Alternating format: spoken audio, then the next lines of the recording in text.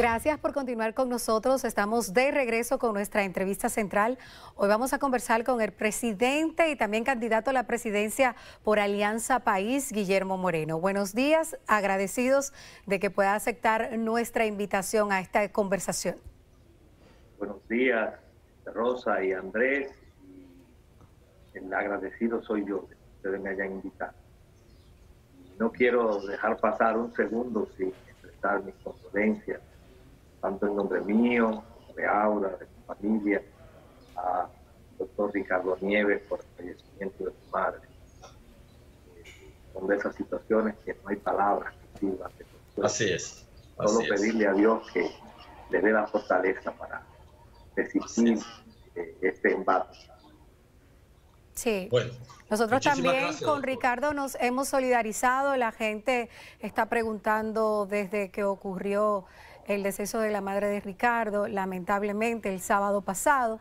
Es una situación difícil. Ellos por lo menos como familia cuentan con la tranquilidad de que dieron el todo por su madre, y es importante que la gente también respete un poco este momento de duelo que tiene la familia y que le den su espacio para que ellos puedan tranquilamente llorar a su madre.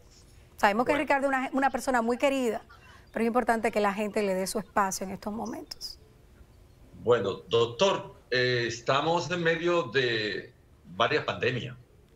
Tenemos el coronavirus, tenemos ahora Duquesa, tenemos el Clerén, que es una pequeña pandemia, porque ya pasa casi los 150 fallecidos por motivo del Clerén. En realidad, y particularmente en lo que respecta a Duquesa, que es un tema que ha sido políticamente también estudiado, trabajado, discutido. ¿Qué cree usted que hay que hacer para conjurar de manera definitiva una situación que se repite y se repite y se repite en el tiempo y en el espacio, como lo de Duquesa? Bueno, lo primero que hay que hacer es enfrentar el problema tal cual hoy está, que es ver cómo se puede paliar la humareda que hoy afecta toda el Gran Santo Domingo. Pero de lo que se trata es de buscar una salida no solo a corto plazo, sino a mediano y largo plazo. Implica industrializar todo el tema del petróleo, el manejo del petróleo. En este tema de Duquesa, que es un vertedero que empezó a funcionar en 1994, podemos decir que los alcaldes de Gran Santo Domingo, incluye tanto la provincia de Santo Domingo como el Distrito Nacional, tanto los alcaldes del PRD, del PLD y del PRM han mostrado su gran incapacidad para administrar y buscar una salida de esto. Lo que tenemos es que cada cierto tiempo, como pasa en la mayoría de los problemas de este país, manejado por gobiernos del tipo que tenemos, cada vez que ocurre el problema, entonces salimos corriendo. Ponemos un paliativo, pero nunca se discute una estrategia de mediano y largo plazo para darle solución.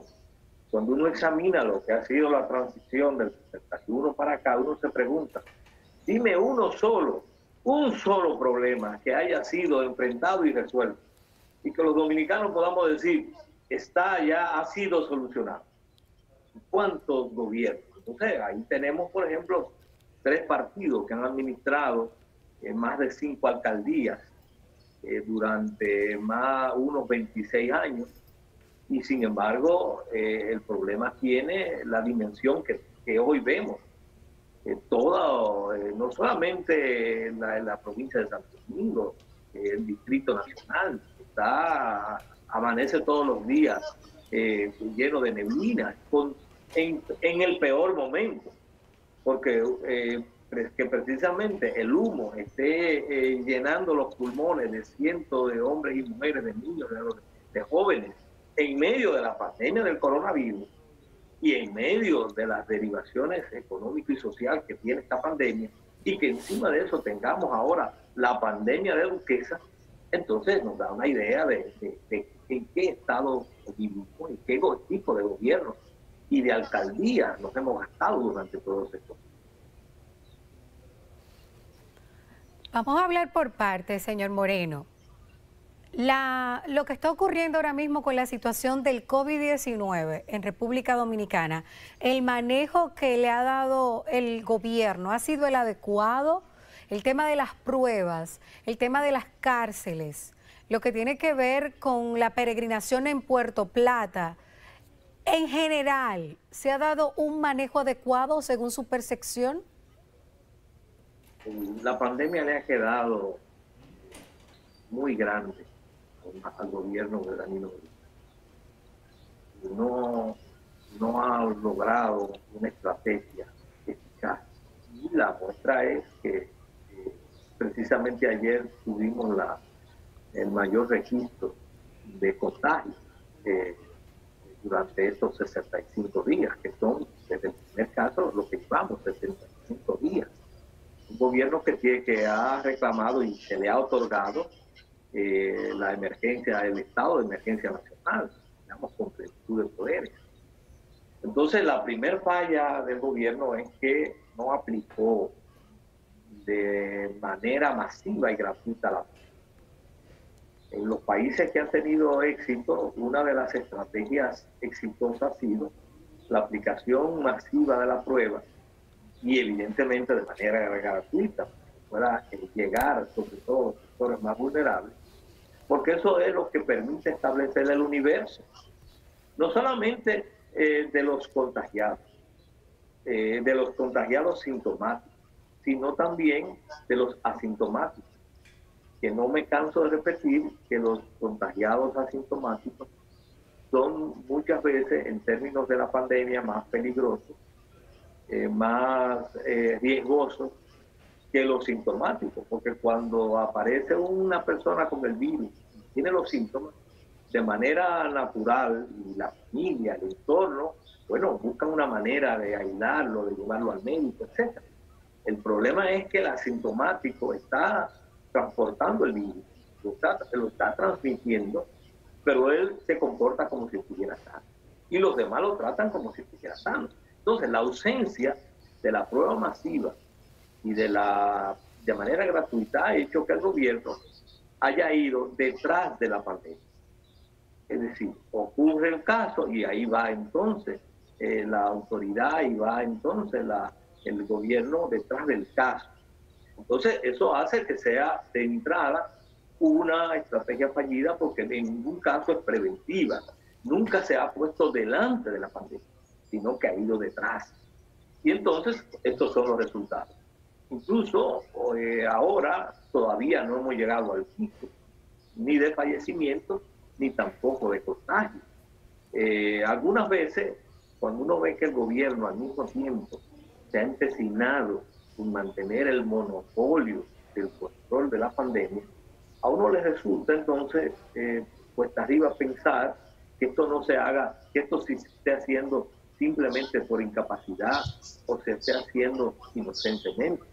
El monopolio que tiene el gobierno, que se ha negado a abrir una mesa de discusión con profesionales, con técnicos y con los distintos sectores que pudieran aportar, esa negativa del gobierno lo que refleja es ese deseo de mantener el control, y una vez se aplica estrategia de floja y aprieta, y mantiene el control, y mantiene entonces la solicitud permanente de este estado de emergencia.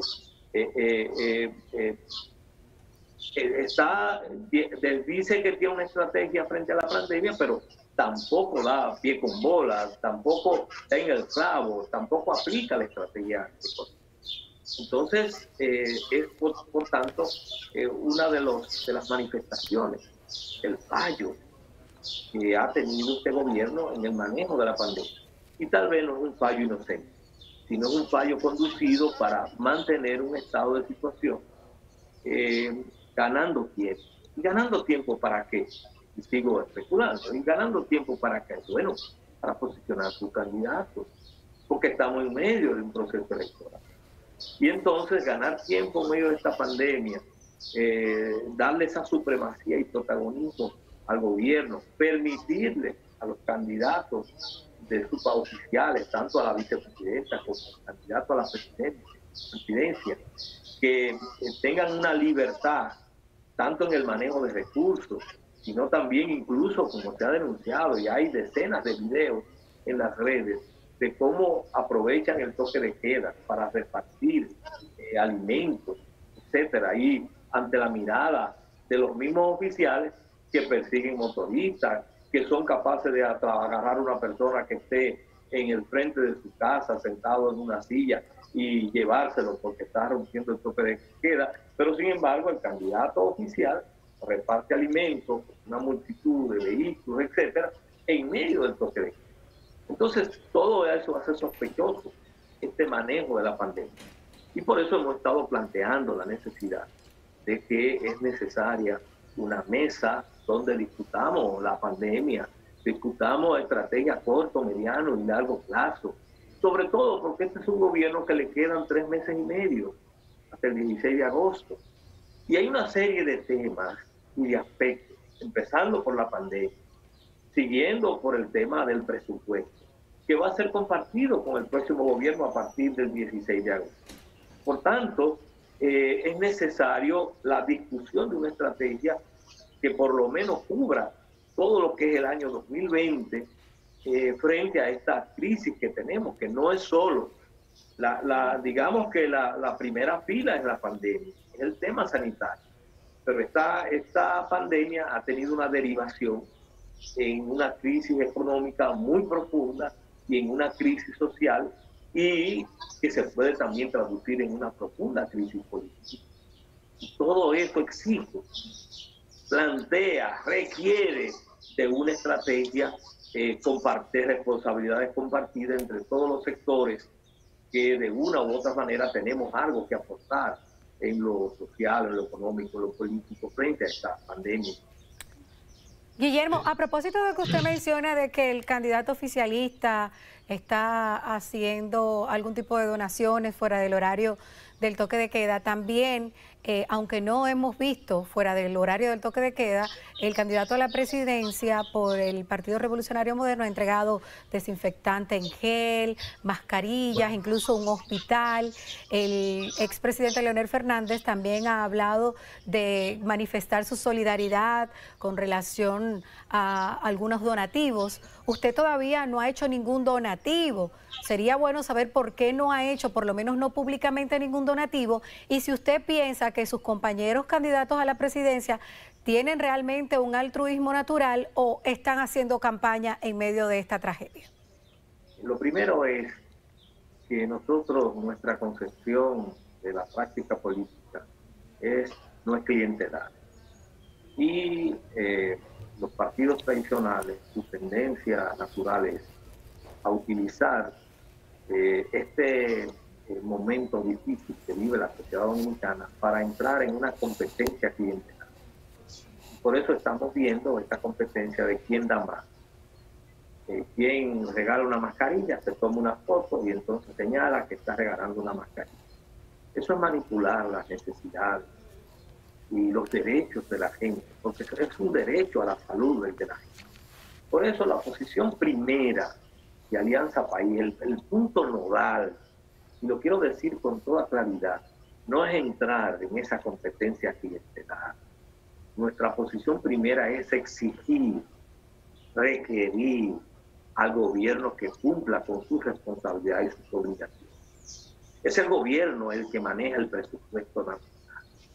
Es el gobierno el que nombra a los ministros, define las políticas públicas. Es al gobierno que tenemos como partido de oposición que exigirle que cumpla con esas obligaciones y responsabilidades. Ahora bien, nosotros en segundo lugar hemos impulsado y estamos impulsando la formación de redes solidarias donde quiera que haya la posibilidad de hacer. Redes solidarias en las cuales no solamente participamos los aliancistas, sino que están abiertos a la integración de otros actores de las comunidades y de los barrios para que vayan en auxilio de los más vulnerables, de los más golpeados. Hemos tenido esos casos, por ejemplo, redes solidarias que se han desarrollado en San Francisco de Macorís, donde se ha ido al comercio, se ha ido a los productores, se han reunido, vamos a decir, paquetes de comida, y como una acción comunitaria en los barrios, en los sectores, se ha distribuido. Pero usted no ha visto una foto de un aliancista regalando una mano de guineo y diciendo, vota por Alianza, porque nosotros nos respetamos en el ejercicio de la política y no vamos a entrar en una competencia clientelar que tanto la hemos criticado.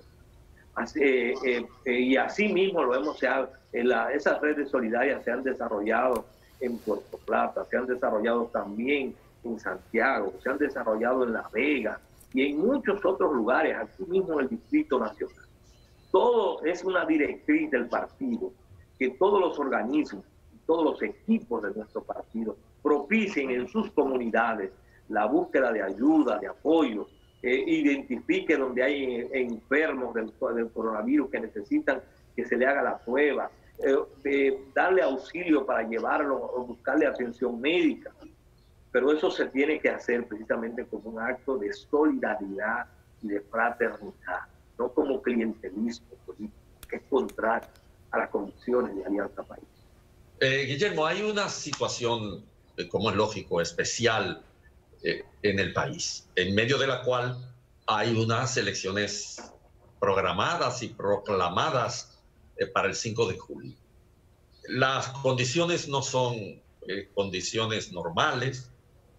La situación de los partidos pequeños que no manejan una determinada cantidad de dinero para movilizarse y en medio de estas condiciones realizar algún tipo de actividad proselitista, son diferentes en lo que respecta a las posibilidades, por ejemplo, del gobierno, que aprovecha todas las estructuras del Estado, que tiene a su candidato actuando, que permite que Margarita Cedeño defina los programas de asistencia social cuando no le corresponde, siendo ella una candidata, que pone a Gonzalo Castillo como un héroe, un chapulín colorado que salva la situación, etcétera. Y por otro lado, las posibilidades un poco más reducidas del PRM, pero que son diferentes a un partido como Alianza País, que no tiene dinero, que no tiene esa cantidad de recursos. Pero está también la incertidumbre respecto de si se podrá o no, en las condiciones actuales, realizar un proceso de elecciones que sea exitoso, transparente y que no sufra la manipulación burda que, según parece, el gobierno está interesado en implementar. ¿Crees tú que habrá elecciones el 5 de julio y que estas serán transparentes, que a pesar de todo el ventajismo que se ve desplegarse en el país, las elecciones van a tener un transcurrir sano y veremos un país activo? Imagínate, Andrés, en tiempos normales, lo común es que no haya la mayoría de los procesos electorales equidad. Imagínate lo que significa unas elecciones en medio de una situación especial como esta. Sobre todo, y es lo más lamentable, todo eso que tú has señalado, que está haciendo el candidato oficial, está haciendo la candidata vicepresidencial, lo está haciendo de frente a esa Junta Central Electoral. Sí. Y mira a ver si las palomas hablan. Así tampoco ese pleno dice que esta boca es mía y reacciona. Y además tenemos una Procuraduría Electoral. Ay, sí. Se nos olvida, sin embargo, ninguno reacciona. Es decir, que ya eso te da una señal de que este sigue siendo el mismo país en adición ahora con la pandemia. Y nuestras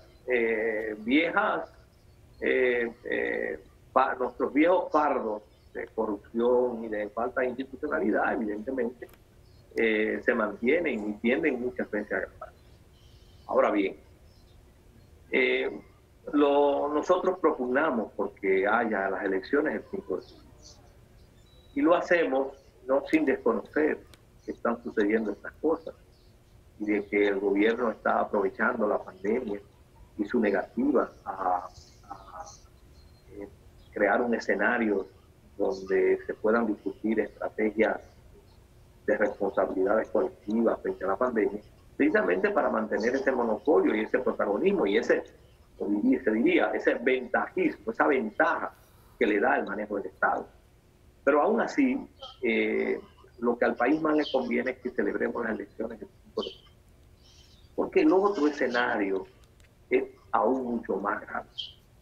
Nosotros hemos visto cómo las muchas bocinas del gobierno han estado hablando que de no celebrarse las elecciones del 5 de julio, vendría la continuidad, el mantenimiento en el poder de Danilo Medina.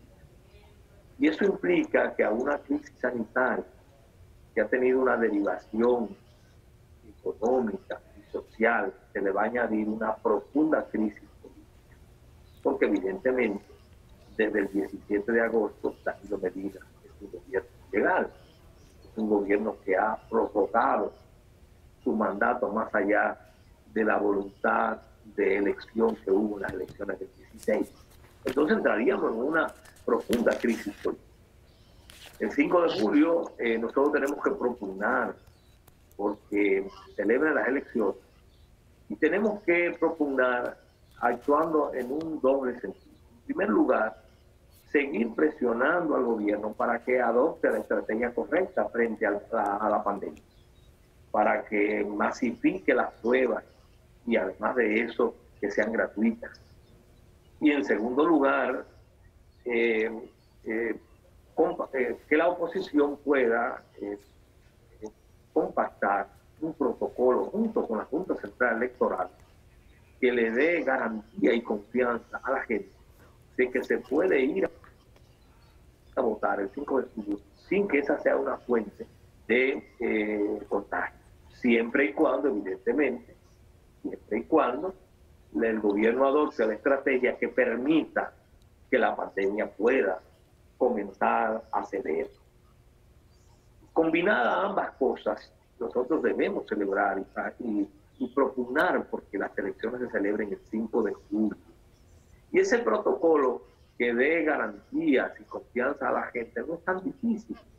Tenemos el caso de Corea del Sur, donde celebraron unas elecciones que pasaron a ser las más concurridas. Si nosotros hemos visto cómo, por ejemplo, se mantienen aglomeraciones en los supermercados y en los bancos, donde incluso ni se respeta el distanciamiento físico. Pero si nosotros organizamos las elecciones junto a una estrategia de disminución de la pandemia, organizamos las elecciones y primero se establece un protocolo que obligue al distanciamiento físico en las pistas. Si establecemos, por ejemplo, que ampliamos el horario de 6 de la mañana a 6 de la tarde. Si los hombres votan de 6 de la mañana a las 12 del día y las mujeres de 12 y 1 minuto a 6 de la tarde.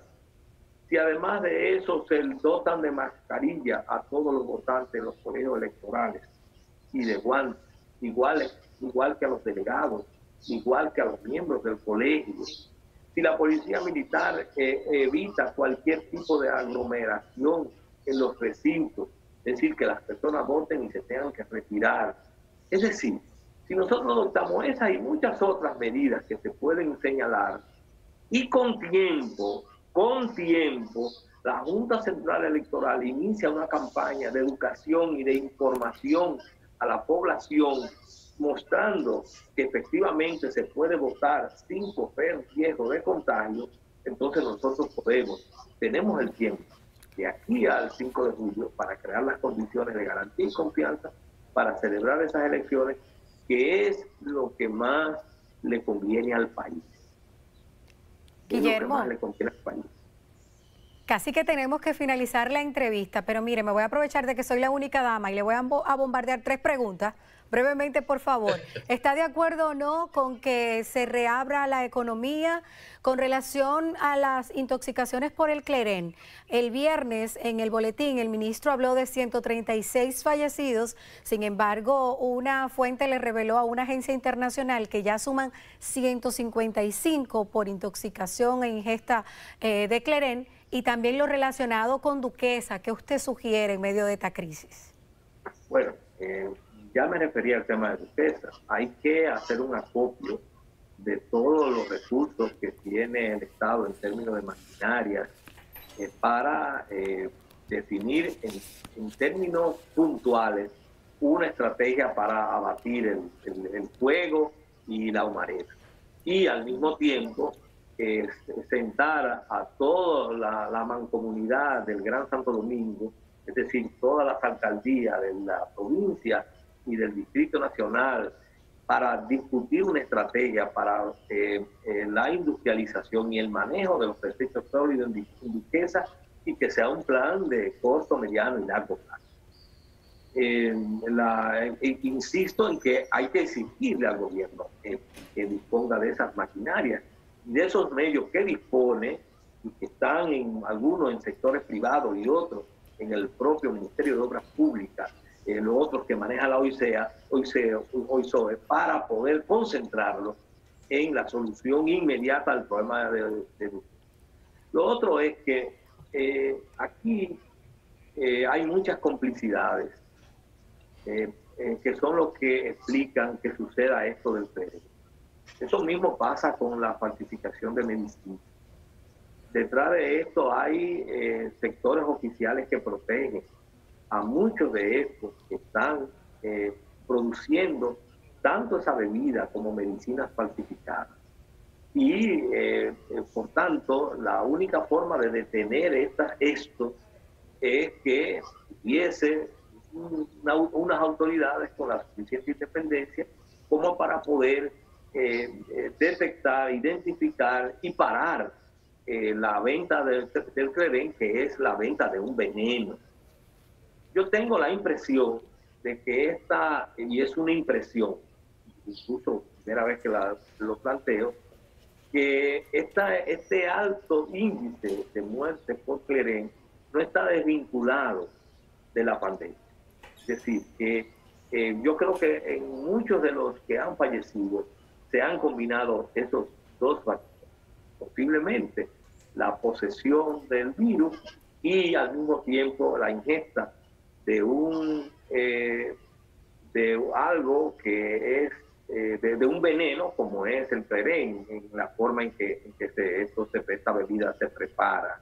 Y que sí creo que esas dos variables deben cruzarse, porque ni en diciembre ni en enero, que son fechas en las cuales hay muchas muertes por clerén, nunca ha llegado a la cifra de más de 130, 150 personas en un periodo corto de unos 60 días de muerte. Por tanto, sería una variable que no descartaría. Una parte de las muertes que le está atribuyendo al clerén esté cruzado también con el coronavirus. Y por último, estoy totalmente de acuerdo que debe comenzar a haber una apertura de las actividades comerciales siguiendo un determinado protocolo. En primer lugar, en las regiones en las cuales no hay una alta incidencia o no hay incidencia significativa de la pandemia.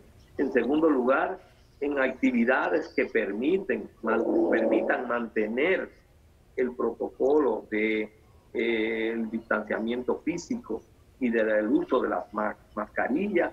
Y en tercer lugar, que el gobierno tiene que definir programas de apoyo específicos para las MIPYMES, para la agropecuaria, para la agroindustria, para los trabajadores informales y profesionales y técnicos independientes que hoy día están paralizados.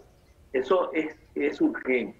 Si se definen esos protocolos, si se precisan esas áreas y se va en un proceso gradual, evidentemente es el momento de comenzarlo a hacer para evitar que a la pandemia sanitaria le siga una pandemia de hambre, una pandemia de desempleo, que va a ser entonces una gran pandemia social la que ocurrirá en el país, en medio de un proceso electoral que tiene muchas incertidumbres.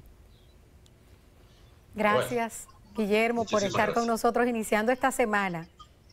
Gracias a ustedes. Muchas gracias, Guillermo, y amablemente, muy amable, siempre respondiendo nuestros llamados.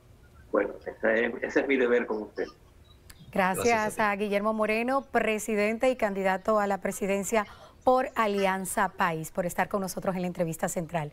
Momento de una pausa, ya continuamos con la segunda hora.